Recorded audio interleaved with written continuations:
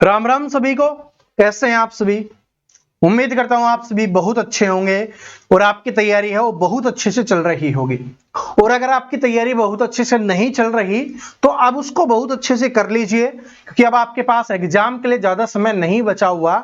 जितनी ज्यादा मेहनत करोगे उतनी ज्यादा सफलता के चांस है आपके बढ़ जाएंगे और बाकी स्टूडेंट से आप आगे निकलोगे, तभी आप सफल हो पाओगे, तभी आपका सिलेक्शन हो पाएगा।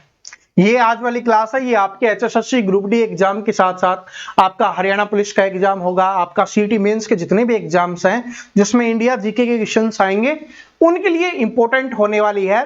और आज वाली क्लास में हम इतिहास के क्वेश्चंस पूछेंगे करने वाले हैं, ठीक है जी। जो इंडिया जीके में आपका हिस्ट्री इतिहास वाला होता है ना, उसको हम 10 क्लासेज में कंप्लीट करेंगे। जितने भी इंपॉर्टेंट क्वेश्चंस आपके एग्जाम्स के लिए बनते हैं, जो टॉप लेवल के पर्सन होंगे, उन सभी को हम इस क्लास में करने वाले हैं, ठीक है जी। 10 क्लास में आपका हिस्ट्री है वो समाप्त हम कर देंगे, ठीक है। तो चलिए अब बिना देरी के शुरुआत करते हैं। सारे टॉप क्वेश्चंस आपके लिए लेके आया हूं, तो क्लास को एंड तक जरूर देखना और क्लास अच्छी लगती है तो लाइक करके हमें मोटिवेट जरूर करना, ठीक है जी। चलो पहला क्वेश्चन से देखिए क्या है कि अकबर ने दीन ए इलाही नामक धर्म की घोषणा कब की थी, अपने को बताना है। आप सभी को पता होगा कि अकबर के द्वारा है वो दीन ए इलाही धर्म की शुरुआत की गई थी, ठीक है जी। अकबर कौन था? अकबर एक मुगल शासक था। कौन था भाई? अकबर क्या था? एक मुगल शासक था, ये आपको पता होना चाहिए। अगर मुगल शासक की बात आई है, मुगल वंश का शासक था। और मुगल वंश की स्थापना किसके द्वारा की गई थी? बाबर के द्वारा है वो मुगल वंश की स्थापना की गई थी। बाबर का बेटा कौन था? हुमायूं है, वो हो जाएगा भाई बाबर का बेटा। अब ये हुमायूं क्यों इंपॉर्टेंट है? क्योंकि जो हुमायूं है ये किसका पिता है, या इसका बेटा कौन है? तो अकबर। तो अकबर के पिता का नाम क्या हो जाएगा भाई? हुमायूं हो जाएगा। और हुमायूं के पिता का नाम क्या हो जाएगा? बाबर हो जाएगा। तो ये अपने को ध्यान रख लेना है। तो अकबर समझ में आ गया कौन था, और इसने दीन ए इलाही नामक धर्म की शुरुआत कब की गई थी, ये अपने को बताना है। तो सन 1582 में है इस धर्म की घोषणा की गई थी, दीन ए इलाही नामक धर्म की। और इसको अपनाने वाला एग्जाम में आया हुआ क्वेश्चन है कि दीन ए इलाही धर्म को अपनाने वाला पहला हिंदू कौन था, तो वो हो जाएगा भाई बीरबल, ठीक है जी। कौन हो जाएगा? बीरबल। आप सभी को पता होगा, ठीक है भाई। बुद्धिमान व्यक्ति था अकबर के शासनकाल में, तो ये अपने को ध्यान रख लेना है। और अकबर का एक संरक्षक क्वेश्चन एग्जाम में बहुत बार पूछा गया है कि अकबर का संरक्षक कौन था, तो कौन हो जाएगा भाई? बैरम खान हो जाएगा। बैरम खान लिख दे या बैरम खां लिख दे, दोनों का मतलब ही एक ही होता है, ठीक है जी। और पानीपत का जो दूसरा युद्ध हुआ था 1556 में, वो भी किस किस के बीच में हुआ था? वो हुआ था अकबर व हेमू के बीच में हुआ था। और अकबर उस समय बच्चा था, तो इसका जो संरक्षक था उसी ने नेतृत्व किया था, और वो कौन था? बैरम खान था। ये अपने को ध्यान रख लेना है। और पहली बार अकबर ने भाई किसी व्यक्ति का सर काटा था, तो वो कौन था? हेमू था। और ये कब हुआ था? 1556 में, पानीपत का द्वितीय युद्ध, ठीक है जी। पानीपत का सेकंड वॉर आप याद कर सकते हो। तो ये अपने को ध्यान रख लेना है। आगे बढ़ते हैं, अगले क्वेश्चन के ऊपर चलते हैं कि मुगल साम्राज्य का वास्तविक संस्थापक किसे माना जाता है? मुगल साम्राज्य का वास्तविक संस्थापक किसे माना जाता है? वैसे तो मैंने आपको बताया कि मुगल साम्राज्य की स्थापना किसके द्वारा की गई थी? बाबर के द्वारा की गई थी, ठीक है जी। उसके बाद जो हुमायूं आया था, वो जैसे ही राजा बना तो शेरशाह सूरी, आपने सुना होगा शेरशाह सूरी, तो शेरशाह सूरी ने इसको हरा दिया। फिर जब ये शेरशाह सूरी को हराकर दोबारा, शेरशाह सूरी के मरने के बाद ये दोबारा राजा बनता है, उसके बाद इसकी मृत्यु हो जाती है। तो ये तो कुछ इंपॉर्टेंट ही नहीं रह पाया। तो उसके बाद अकबर आता है जिसने मुगल साम्राज्य को काफी ज्यादा बढ़ाया था। तो इसका वास्तविक संस्थापक किसे माना जाता है? अकबर को माना जाता है। और शेरशाह सूरी का नाम आया है, तो जो ग्रैंड ट्रक जो रोड है, ठीक है जी, वो किसने बनाया था? शेरशाह सूरी ने। जो आजकल नेशनल हाईवे बोला जाता है ना, तो वो भी शेरशाह सूरी ने ही उसकी शुरुआत की थी। तो ये अपने को ध्यान रख लेना है, ठीक है। तो इतना आप सभी को पता होना चाहिए। औरंगजेब है, वो मुगल शासक का, मुगल वंश का सबसे क्रूर राजा था, सबसे खतरनाक राजा था, जिसने काफी लोगों की हत्या की थी, काफी चीजें की थी। तो ये अपने को ध्यान रख लेना है। ठीक है जी, चलो आगे बढ़ते हैं। तानसेन जो अकबर के नवरत्नों में से एक थे, वो किससे संबंधित हैं? तो अकबर के नवरत्न थे जो उसको अलग अलग प्रकार की सलाहें देते थे, और उनकी लिस्ट मैं यहां पर दिखा देता हूं, आप इसको याद कर लेना। ये अपने व्हाट्सएप टेलीग्राम पे भी आपको मिल जाएगी, ये पूरी की पूरी लिस्ट है। ये 9 के 9 नवरत्न उसके दिए हुए हैं। तो इसको देख के आपको बताना है यहां पर किसकी बात हो रही है, तानसेन की बात हो रही है। तो तानसेन किससे संबंधित था? शास्त्रीय संगीत में क्रांति लाई थी इसने, और यह संगीतकार था। तो आप बताओ किससे संबंधित हो जाएगा? इतना बता दिया, इतना सब कुछ दिखा दिया, तो किससे हो जाएगा? संगीत से संबंधित हो जाएगा। ठीक है जी। यहां पर देखो बीरबल था नवरत्नों में, उसके अलावा अबुल फजल था, ये भी काफी बार एग्जाम्स में आया हुआ है। राजा मानसिंह, राजा टोडरमल, ठीक है, राजा टोडरमल से पूछा जाता है कि किसके वित्त मंत्री थे, तो अकबर के, तो ये भी अपने को याद रख लेना है। ठीक है जी। फैजी हो गया, अब्दुल रहीम खाने खाना हो गया, मुल्लादा प्याजा हो गया। तो सारी की सारी लिस्ट आपको मिल जाएगी, आप इसको याद कर लेना एक बार। ठीक है, ताकि एग्जाम में क्वेश्चंस आए तो हो जाए, क्योंकि मुगल काल में जो आजकल क्वेश्चंस आते हैं ना, वो अकबर से ही आते हैं। इस मुगल बादशाह ने जजिया कर को फिर से लागू किया था, क्योंकि बाकी जो इजी क्वेश्चंस होते हैं या जो मोस्ट रिपीटेड क्वेश्चंस होते हैं, ताजमहल किसने बनवाया, वैसे वाले क्वेश्चंस जो हैं वो सारे हम सभी करते रहते हैं, लेकिन जो इंपॉर्टेंट हैं आज के समय में पूछे जाते हैं, उन क्वेश्चंस को आपको करना है। ठीक है जी। तो बताइए किस मुगल शासक ने जजिया कर को फिर से लागू किया? ठीक है, तो जजिया कर को हटाया किसने था? अकबर ने जजिया कर को हटा दिया था। अकबर ने जजिया कर को हटा दिया था, और इसको लागू किसने किया था दोबारा से? तो औरंगजेब ने इसको लागू किया था। ठीक है जी, औरंगजेब ने जजिया कर को लागू किया था। अब ये जजिया कर होता क्या था? तो ये जजिया कर होता था दूसरे धर्म के लोगों के ऊपर, जैसे कि मंदिर में जाने का जो टैक्स लगता है, ठीक है, उस समय लगता था, उसी को जजिया कर बोला जाता था, कि अपने धार्मिक स्थानों पर जाने के लिए वहां पर टैक्स देना होता था, पूजा पाठ करने के लिए, उसको जजिया कर बोला जाता है। तो पहले था, फिर अकबर ने हटा दिया, उसके बाद दोबारा से शुरू किसने किया था? औरंगजेब ने। तो इसके बारे में तो आपको पता ही है। बहादुर शाह जफर, तो ये क्या हो जाएगा? अंतिम मुगल शासक हो जाएगा। अंतिम मुगल शासक, ये एग्जाम्स में आने वाला क्वेश्चन है कि अंतिम शासक कौन था? बहादुर शाह जफर क्या हो जाएगा? अंतिम मुगल शासक हो जाएगा। और 1857 की क्रांति का नेता, ठीक जी, 1857 की क्रांति का नेता किसे घोषित किया गया था? बहादुर शाह जफर को ही घोषित किया गया था। ये भी अपने को ध्यान रख लेना है। ठीक है जी। फिर अंग्रेजों ने पकड़कर जेल में डाल दिया था। चलो, बुलंद दरवाजा किसकी विजय के उपलक्ष्य में बनवाया गया था? इंपॉर्टेंट क्वेश्चन है, बहुत बार आपके एग्जाम्स में पूछा गया क्वेश्चन है। तो बुलंद दरवाजा है वो किसके विजय के उपलक्ष्य में बनाया गया था? तो जो बुलंद दरवाजे का निर्माण किया गया था, ये किया गया था भाई गुजरात विजय के अवसर पर। ठीक है जी। तो गुजरात विजय के अवसर पर के उपलक्ष्य में इसको बनाया गया था, बुलंद दरवाजे को। ठीक है। मुगल चित्रकला का स्वर्ण युग किसके शासनकाल को माना जाता है? मुगल चित्रकला की यहां पर बात हो रही है, चित्रकला की यहां पर बात हो रही है। बताइए चित्रकला है वो किसके शासनकाल में फैली थी? ठीक है, चित्रकला के बारे में आपको बताना है। तो ऑप्शंस यहां पर दो दिए गए हैं। ठीक है, तो अगर एक ही ऑप्शन दिया हुआ हो तो क्या हो जाएगा? जहांगीर हो जाएगा। अगर एक ही ऑप्शन दिया हुआ हो तो जहांगीर हो जाएगा, और अगर दोनों ऑप्शन है तो अकबर और जहांगीर हो जाएगा। ठीक है, मेनली क्या है? जहांगीर ने बनवाए थे भाई। चित्रकला है वो जहांगीर के शासनकाल में हुई थी, तो चित्रकला का संबंध जहांगीर से।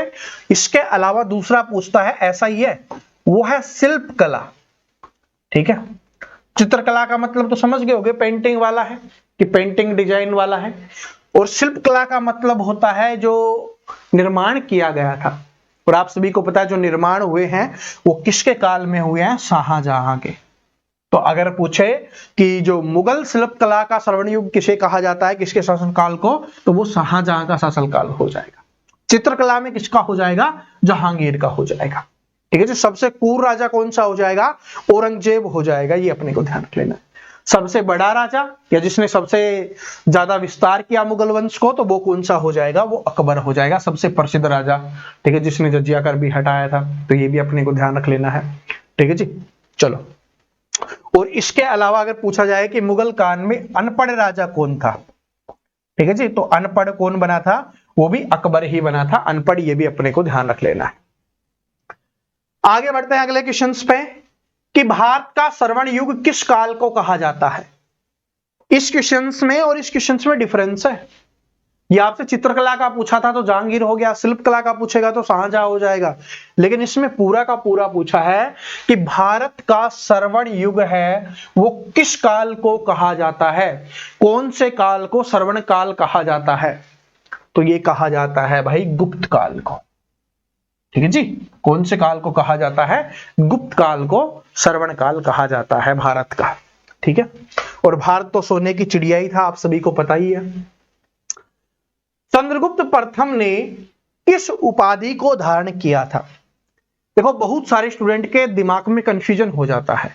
ये चंद्रगुप्त प्रथम है, ये कौन से वंश का शासक है? ये गुप्त वंश का शासक है। क्या है भाई? ये चंद्रगुप्त प्रथम है जो गुप्त वंश का शासक है। एक है चंद्रगुप्त मौर्य, वो मौर्य वंश का शासक है। और चंद्रगुप्त प्रथम की पत्नी का नाम क्या था? ये मैंने आपको पिछले क्लास में बताया था। पत्नी का नाम आप सभी कमेंट कीजिए कि चंद्रगुप्त प्रथम की पत्नी का नाम क्या है। ये आपके एग्जाम्स में आया हुआ क्वेश्चन है, तो इसका आंसर अभी आप कमेंट करोगे। तो समझ में आ गया ना, चंद्रगुप्त प्रथम कौन है? गुप्त वंश का शासक है। और चंद्रगुप्त मौर्य है, वो मौर्य वंश का शासक है। अब आपको बताना है कि चंद्रगुप्त प्रथम ने किस उपाधि को धारण किया था। तो चंद्रगुप्त प्रथम को कौन सी उपाधि दी गई थी, यह अपने को बताना है। आंसर कीजिए, बताइए। तो जो चंद्रगुप्त प्रथम को जो उपाधि दी गई थी वो दी गई थी महाधिराज की। ठीक है, महाराजा धीराज की। किसकी दी गई थी? महाराजा धीराज की जो उपाधि है वो दी गई थी चंद्रगुप्त प्रथम को। आंसर आप सभी का आ गया होगा। तो इसकी पत्नी का नाम क्या था? कुमार देवी। याद आ गया, क्लास में बताया था, तो कुमार देवी हो जाएगा। ये एग्जाम्स में आया हुआ क्वेश्चन है। और चंद्रगुप्त मौर्य के बारे में आगे हम पढ़ेंगे। चलो, प्रसिद्ध खगोल शास्त्री और गणितज्ञ आर्यभट्ट किस गुप्त शासक के दरबार से संबंधित थे? आप सभी जानते हो आर्यभट्ट जी हैं, वो महान गणितज्ञ रहे हैं। आपको बताना है कि वो किसके शासनकाल में थे। ठीक है जी, किसके शासनकाल में थे ये आपको बताना है। बताइए किसके शासनकाल में थे? ठीक है, महान गणितज्ञ रहे हैं आर्यभट्ट जी, जिन्होंने जीरो के बारे में भी आपको बताया था। तो ये रहे थे भाई चंद्रगुप्त द्वितीय के। किसके शासनकाल में रहे थे? चंद्रगुप्त द्वितीय के शासनकाल में रहे थे। ये संबंध है। ठीक है, जैसे पूछा जाता है ना कि बीरबल का संबंध किसके शासनकाल से है, वैसे ही ये क्वेश्चंस भी आपके एग्जाम्स में आता है, याद कर लेना। और वैसे महान गणितज्ञ रहे हैं हमारे, तो पता होना जरूरी है। गुप्त काल में प्रचलित सोने के सिक्के को क्या कहा जाता था? गुप्त काल में प्रचलित सोने के सिक्के को क्या कहा जाता था? बताइए। मैंने आपको पढ़ाया भी था, गुप्त काल के सिक्कों के बारे में भी आपको बताया था। अब आप सभी आंसर कीजिए, क्योंकि जब तक आप आंसर नहीं करोगे मजा नहीं आएगा। तो गुप्त काल में सोने के सिक्के को क्या कहा जाता था? गुप्त काल में जो सोने के सिक्के थे वो काफी ज्यादा प्रसिद्ध थे, और उनको क्या कहा जाता था? दिनार। क्या कहा जाता था भाई? दिनार के नाम से उनको संबोधित किया जाता था। देवघर जो बिहार में है, देवघर बिहार में स्थित विष्णु मंदिर जो गुप्त स्थापत्य कला का एक उत्कृष्ट उदाहरण है, क्या कहलाता है? उसको क्या कहा जाता है, यह आपको बताना है। उसको क्या कहा जाता है? बताइए, बताइए भाई, क्वेश्चंस को ध्यान से पढ़िए। देवघर बिहार में स्थित विष्णु मंदिर जो गुप्त स्थापत्य कला का एक उत्कृष्ट उदाहरण है, क्या कहलाता है? तो बताइए उसको क्या कहा जाता है? विष्णु जी का जो मंदिर है, तो उसको क्या कहा जाएगा? उसको कहा जाएगा भाई दशावतार मंदिर। क्या कहा जाता है उसको? दशावतार मंदिर कहा जाता है, क्योंकि आप सभी को पता है कि विष्णु जी के 10 अवतार थे। ठीक है जी, तो ये क्या हो जाएगा? दशावतार मंदिर हो जाएगा, जो कहां पर है? देवघर बिहार में है। और डायरेक्ट क्वेश्चंस भी आया हुआ है एक बार कि देवघर कहां पर स्थित है, कौन से राज्य में स्थित है, तो ये बिहार राज्य में स्थित हो जाएगा। ठीक है। और सूर्य मंदिर से भी काफी बार क्वेश्चंस आता है, तो कोणार्क का सूर्य मंदिर है वो काफी इंपॉर्टेंट है, तो कोणार्क का सूर्य मंदिर हो जाएगा। ठीक है, कोणार्क सूर्य मंदिर। चलो, किस गुप्त शासक ने लिच्छवी दोहित्री यानी लिच्छवियों का दामाद की उपाधि धारण की थी? बताओ बताओ भाई, कौन से शासक ने, गुप्त शासक ने बताना है, गुप्त शासक के बारे में बताना है, जिसके बारे में मैं आपको बता चुका हूं। जो कुमार देवी थी वो क्या थी भाई? लिच्छवी वंश की क्या थी? राजकुमारी थी। और इसकी शादी किससे हुई थी? चंद्रगुप्त प्रथम से। तो चंद्रगुप्त प्रथम क्या बन जाएगा? लिच्छवियों का क्या बन जाएगा? दामाद बन जाएगा। ठीक है जी, तो option number C correct answer हो जाएगा। तो आजकल एग्जाम की लैंग्वेज ऐसे आ जाती है।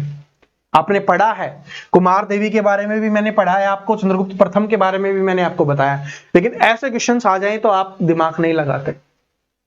ठीक है जी, जब मैंने बताया था ना, तब उस समय बताया था पिछली क्लास में कि जो कुमार देवी है वो लिच्छवी वंश की राजकुमारी थी। ठीक है, वहां की पुत्री थी ये। आगे बढ़ते हैं, मौर्य वंश। मौर्य साम्राज्य की स्थापना किसने की थी? बताइए, बहुत इंपॉर्टेंट क्वेश्चन है। तो मौर्य समाज की स्थापना किसके द्वारा की गई थी? चंद्रगुप्त मौर्य के द्वारा की गई थी। चंद्रगुप्त प्रथम गुप्त वंश का शासक था। ठीक है जी, और मौर्य वंश की स्थापना किसके द्वारा की गई थी? चंद्रगुप्त प्रथम के द्वारा की गई थी, और इनके गुरु की सहायता से की थी। और उसका नाम क्या था गुरु का? कौटिल्य, जिसका दूसरा नाम भी आपसे एग्जाम्स में पूछ लिया जाता है चाणक्य, और जिसका तीसरा नाम भी आपसे पूछ लिया जाता है विष्णुगुप्त। ठीक है जी, तीनों नामों से उनको जाना जाता है। और इनके द्वारा एक पुस्तक भी लिखी गई है जो काफी बार एग्जाम में आई हुई है, उसका नाम क्या है? अर्थशास्त्र। तो अर्थशास्त्र नामक पुस्तक की रचना किसके द्वारा की गई थी? कौटिल्य, चाणक्य, विष्णुगुप्त के द्वारा की गई थी। ये किससे संबंधित है? राजनीति के बारे में आपको बताती है। ठीक है, तो चंद्रगुप्त प्रथम किसकी सहायता से राजा बना, या इसके गुरु कौन थे, या इसके मंत्री कौन थे, ऐसे क्वेश्चन आता है। तो कौटिल्य, चाणक्य, विष्णुगुप्त हो जाएगा, जिसने अर्थशास्त्र की रचना की थी। अंतिम समय में जब चंद्रगुप्त मौर्य की मृत्यु होने वाली थी, उस समय क्या हुआ था? इसने जैन धर्म अपना लिया था। कौन सा धर्म अपना लिया था भाई? इसने जैन धर्म अपना लिया था। तो ये अपने को ध्यान रख लेना है। ठीक है, ये आपने को ध्यान रख लेना है। और जैन धर्म अपनाने वाले या इनको दीक्षा देने वाले जो इनके गुरु थे, उनका नाम भी पूछा जाता है। तो क्या हो जाएगा उनका नाम? उनका नाम हो जाएगा भद्रबाहु। ठीक है जी, ये याद रख लेना।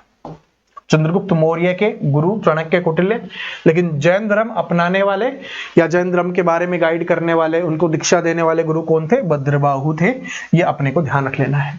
चंद्रगुप्त मौर्य है, उसका बेटा कौन था? तो क्या हो जाएगा? बिंदुसार हो जाएगा।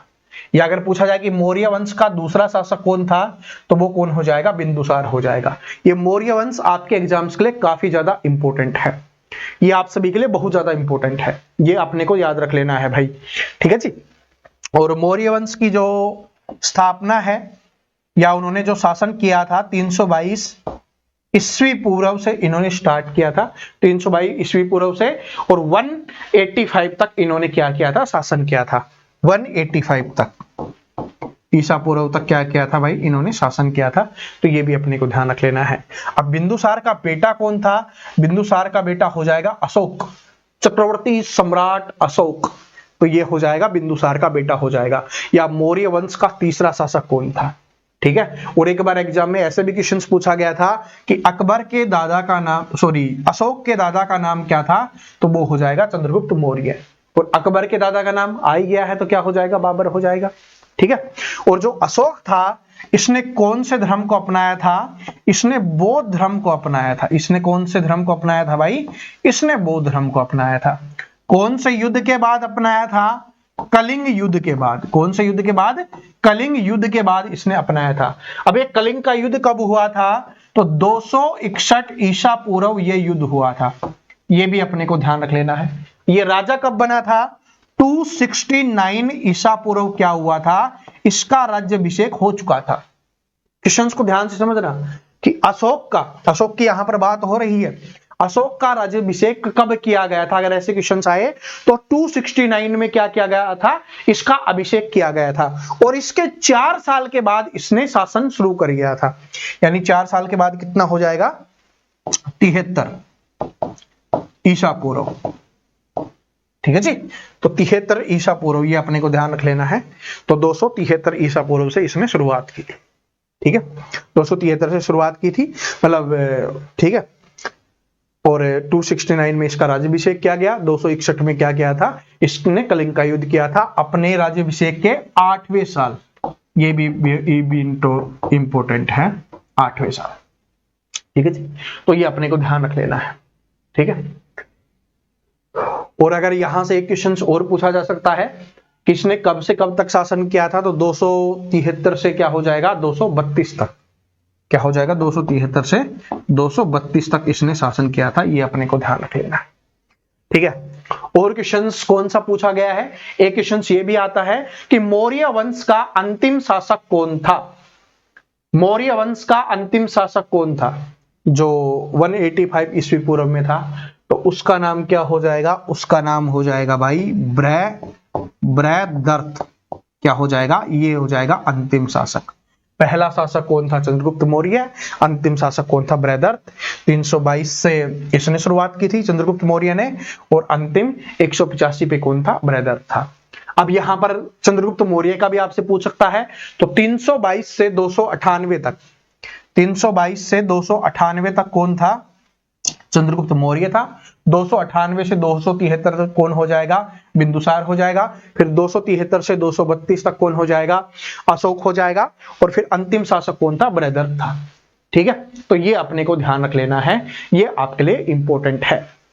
और मौर्य वंश की राजधानी से भी क्वेश्चन पूछा गया है कि मौर्य वंश की राजधानी कौन थी, या इन्होंने कौन सी राजधानी बनाई थी, तो पाटलिपुत्र। ठीक है जी, पाटलिपुत्र पटना है, उसको क्या बनाया था, इन्होंने अपनी राजधानी बनाई थी। तो ये अपने को ध्यान रख लेना है। ओके जी, चलो अब आगे बढ़ते हैं, काफी बातें हो गई हैं। अशोक के शिलालेखों को पढ़ने वाला पहला व्यक्ति कौन था, ये बहुत बार एग्जाम्स में आया हुआ क्वेश्चन है, तो आप सभी इसका आंसर करेंगे। अशोक के शिलालेखों को पढ़ने वाला पहला व्यक्ति कौन था, बताओ। तो अशोक के शिलालेखों को पढ़ने वाला पहला व्यक्ति हो जाएगा भाई जेम्स प्रिसेंट। तो option number B correct answer हो जाएगा, जिसने अशोक के शिलालेखों को पढ़ा था। ठीक है जी, और अशोक के शिलालेखों से संबंधित क्वेश्चंस हैं, वो मैंने पिछली क्लास में भी करवाए थे। तो आप डेली क्लास लिया करो, डेली क्लास लोगे ना तभी आप सारी चीजें पढ़ पाओगे, सारी चीजें आपको याद रह पाएंगी। ठीक है, चलो। कलिंग युद्ध 261 के बाद अशोक ने कौन से धर्म को अपनाया था, तो आप सभी को पता है कि जो कलिंग का युद्ध है वो 261 ईस्वा पूर्व हुआ था, अभी मैंने आपको बताया है। और इसके बाद इसने कौन सा धर्म अपना लिया था, बौद्ध धर्म अपना लिया था। ठीक है, चलो।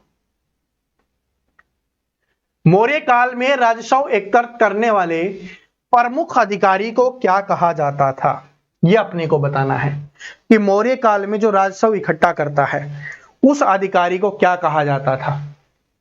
ठीक है जी, तो उस अधिकारी को क्या कहा जाता था, तो उसको कहा जाता था समाहर्ता।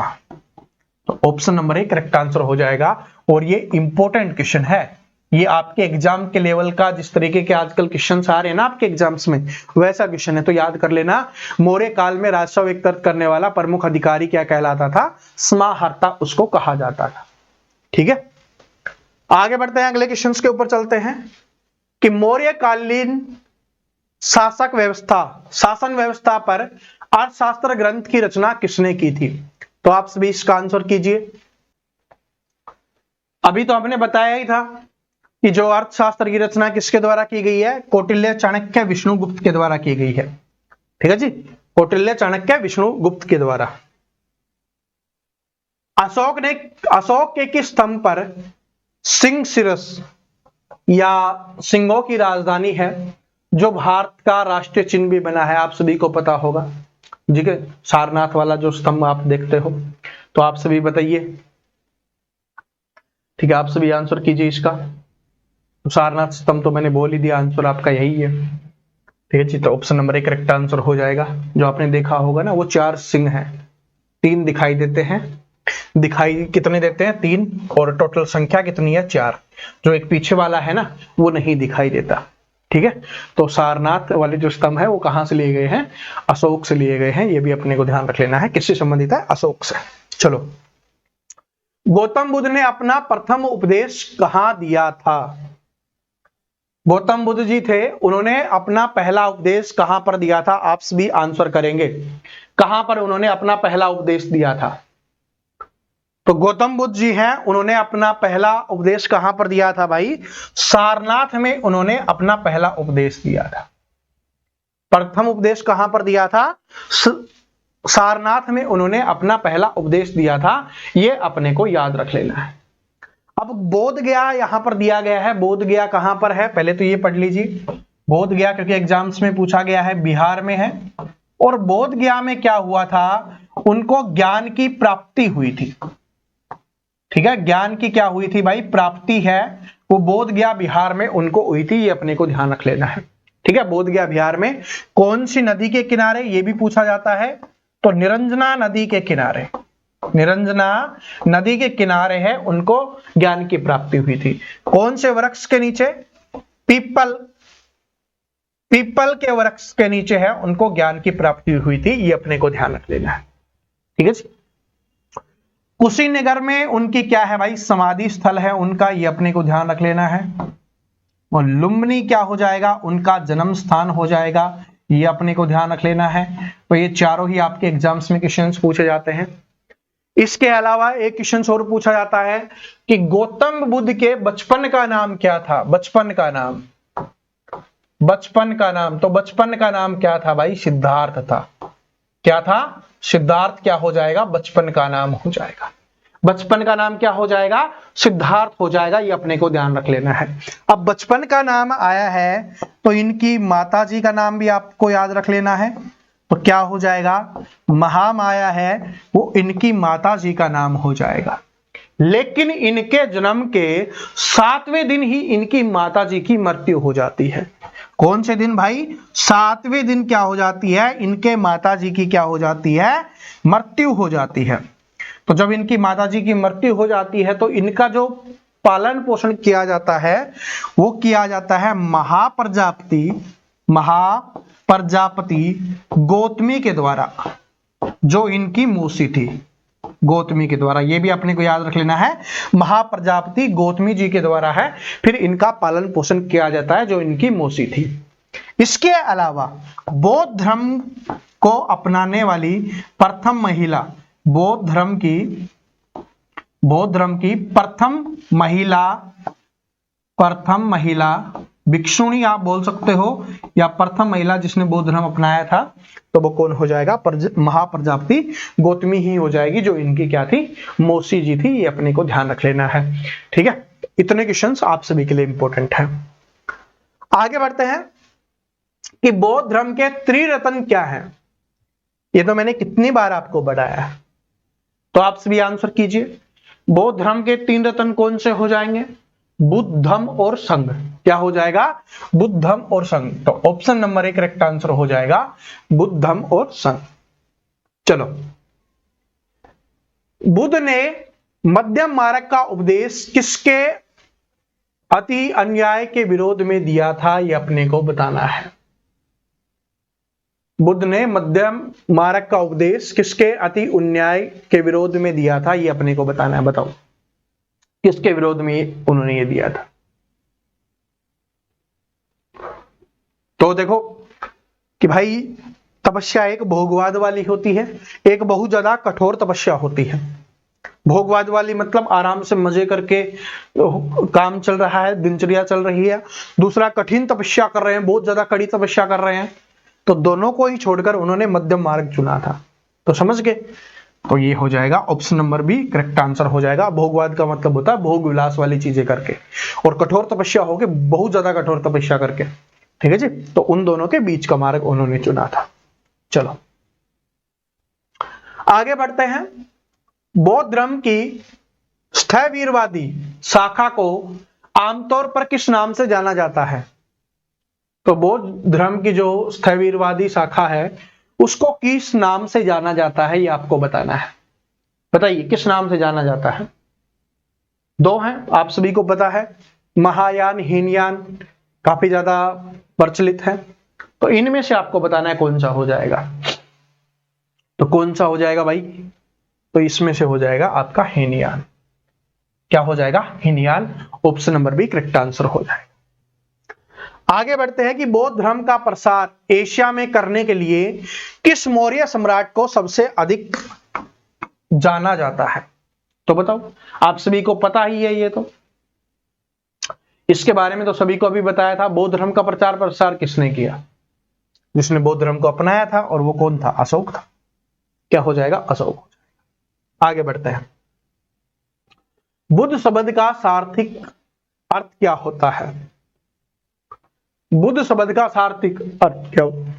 सॉरी, बताइए।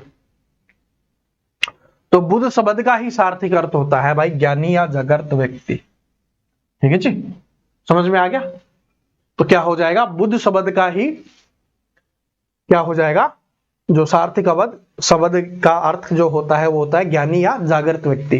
तो ज्ञानी तो आप समझते हो, जागृत व्यक्ति का मतलब होता है जिसको नॉलेज है, बहुत सारी चीजों की जिसको नॉलेज होती है, जागृत व्यक्ति उसको कहा जाता है, समझदार व्यक्ति आप बोल सकते हो। जैन धर्म के 24वें और अंतिम तीर्थकार कौन थे? जैन धर्म के 24वें और अंतिम तीर्थकार कौन थे? बताइए। जैन धर्म, तो जैन धर्म के पहले पूछे जाते हैं आपसे, तो जो ऋषभनाथ जी हैं वो क्या हो जाएंगे? जैन धर्म के ऋषभदेव थे भाई। ठीक है जी, ऋषभदेव। ऋषभदेव जैन धर्म के क्या हो जाएंगे? पहले तीर्थकर हो जाएंगे। ठीक है, 24वें पूछे जाते हैं, तो 24वें पूछे गए हैं तो वो कौन हो जाएंगे? महावीर स्वामी हैं, वो जैन धर्म के 24वें तीर्थकार हो जाएंगे। और जैन धर्म के अंतिम तीर्थकार भी यही है, क्योंकि इनके बाद है वो तीर्थकार बनना ही बंद हो गया था। ठीक है, तो ये अंतिम थे। लेकिन एक और पूछा जाता है 23वें। ठीक है जी, 23वें। तो 23वें जो तीर्थकार थे वो कौन थे? पार्श्वनाथ जी हो जाएंगे। क्या हो जाएंगे? पार्श्वनाथ जी 23वें, और महावीर स्वामी जी 24वें, और पहले कौन से हो जाएंगे? ऋषभदेव जी। ये तीनों के तीनों आपके एग्जाम्स में है, वो आते हैं। ठीक है जी, तो ये अपने को ध्यान रख लेना है। आगे बढ़ते हैं कि जैन धर्म के 3 रत्न कौन से हैं? जैन धर्म के 3 रत्न कौन से हैं, ये आप बताइए। जैन धर्म के, बौद्ध धर्म के तो अभी हमने पढ़ा था, बुद्ध, धम्म और संघ, ये बौद्ध धर्म के हैं। जैन धर्म के कौन से हैं? सम्यक दर्शन, सम्यक ज्ञान, सम्यक चरित्र। ठीक है जी, क्या है? सम्यक दर्शन, सम्यक ज्ञान, सम्यक चरित्र। और बौद्ध धर्म के बुद्ध, धम्म और संघ। तो ये दोनों याद कर लेना है, तो कोई कंफ्यूजन नहीं होना चाहिए। ठीक है जी, बौद्ध धर्म के कैसे याद करोगे? पहले से याद कर लो, बुद्ध तो बौद्ध धर्म के हो गए। ठीक है, और ये जो सम्यक दर्शन, सम्यक ज्ञान, सम्यक चरित्र है, ये जैन धर्म के हो जाएंगे। आगे बढ़ते हैं। जैन साधुओं द्वारा मुंह पर पहने जाने वाला कपड़ा क्या कहलाता है? तो जो जैन साधुओं के द्वारा मुंह पर पहने जाने वाला कपड़ा है वो क्या कहलाता है, ये आपको बताना है। तो option number B correct answer हो जाएगा। ठीक है जी। और भाई मैं एक बात बता देता हूं, मैं अपने देश में जितने भी धर्म हैं, अपने देश के जितने भी लोग हैं, सभी का बहुत ज्यादा सम्मान करता हूं। जो हमारे भारत के हैं, इंडियन हैं, वो मेरे लिए बहुत ज्यादा प्रिय है। ठीक है जी। तो कभी बाई चांस कोई मिस्टेक हो जाए तो उसके लिए मैं माफी चाहता हूं, क्योंकि सभी धर्म समान है, क्योंकि सभी धर्मों को हम साथ लेके चलेंगे ना, तभी हमारा देश आगे बढ़ पाएगा। राजनेताओं के चक्कर में मत आओ, वो अपनी रोटियां सेक रहे हैं, अपना कमाई का धंधा है उनका। अपना देश तभी आगे बढ़ेगा जब पूरे सभी धर्म के लोग, सभी जाति के लोग मिलजुल कर रहेंगे, तभी हमारा देश आगे बढ़ पाएगा और तभी हम आगे बढ़ पाएंगे। ठीक है, भारतीय होने पर गर्व है, ये बात कहने में और इसको मानने में बहुत ज्यादा फर्क होता है। ठीक है, तो हमें भारत के लिए करना है, अच्छी सोचना है, कभी गलत नहीं करना, क्योंकि जिस देश में हम रहते हैं, जिस देश का खाते हैं पीते हैं, जो हमारी भारत माता है, उसका सम्मान करना हमारे लिए बहुत बड़ी बात है। ठीक ठीक है जी, और करना ही हमारा महत्वपूर्ण कर्तव्य बनता है। देश सबसे पहले, आप सभी को पता होगा जब भी मैं बोलता हूं सबसे पहले जय हिंद बोलता हूं। देश सबसे पहले है, उसके बाद सारी चीजें हैं, धर्म हो गया, जाति हो गई, खुद हो गए, जो भी है, देश सबसे पहले है, देश से बढ़कर कुछ नहीं है। जैन धर्म के किस संप्रदाय ने श्वेतांबर यानी जो सफेद वस्त्र पहनते हैं, पहनने की प्रथा शुरू की थी? तो श्वेतांबर किसे कहा जाता है? आप सभी को पता चल गया होगा कि जो सफेद कपड़े पहनते हैं उनको श्वेतांबर बोला जाता है। तो आप बताइए, ये प्रथा की शुरुआत है। अच्छा, आपने ये वाला क्वेश्चन तो नहीं किया है? हाँ कर लिया, मुखपटे। चलो आप बताइए, आप जैन धर्म के किस संप्रदाय ने श्वेतांबर पहनने की प्रथा शुरू की थी? आंसर सभी का आ गया होगा। तो यहां पर दिया ही हुआ है, ऊपर भी नीचे भी श्वेतांबर हो जाएगा भाई। सफेद वस्त्र कौन पहनते हैं? श्वेतांबर, ऊपर ही दिया हुआ था। जैन धर्म में केवल ज्ञान, पूर्ण ज्ञान की प्राप्ति को क्या कहा जाता है? तो जैन धर्म में केवल ज्ञान या जो पूर्ण ज्ञान प्राप्ति हो जाती है उस चीज को क्या कहा जाता है, ये आपको बताना है। ठीक है, बौद्ध धर्म में आपको पता है निर्वाण कहा जाता है, अपने यहां पर मोक्ष की प्राप्ति बोला जाता है।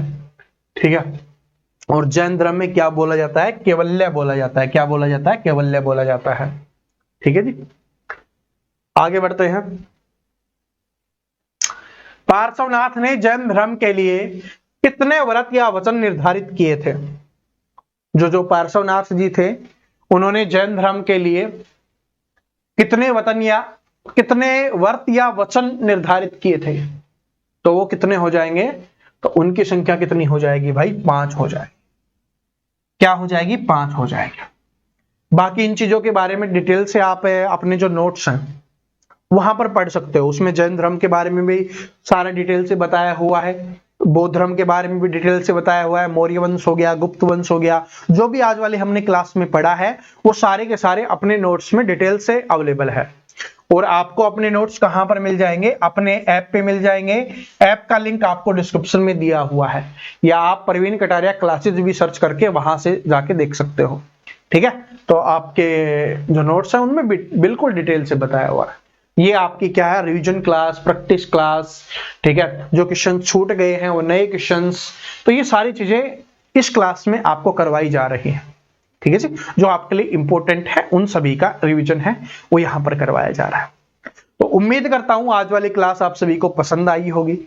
तो ईमानदारी से कमेंट करके बताना क्लास कैसी लगी, क्वेश्चंस कैसे लगे।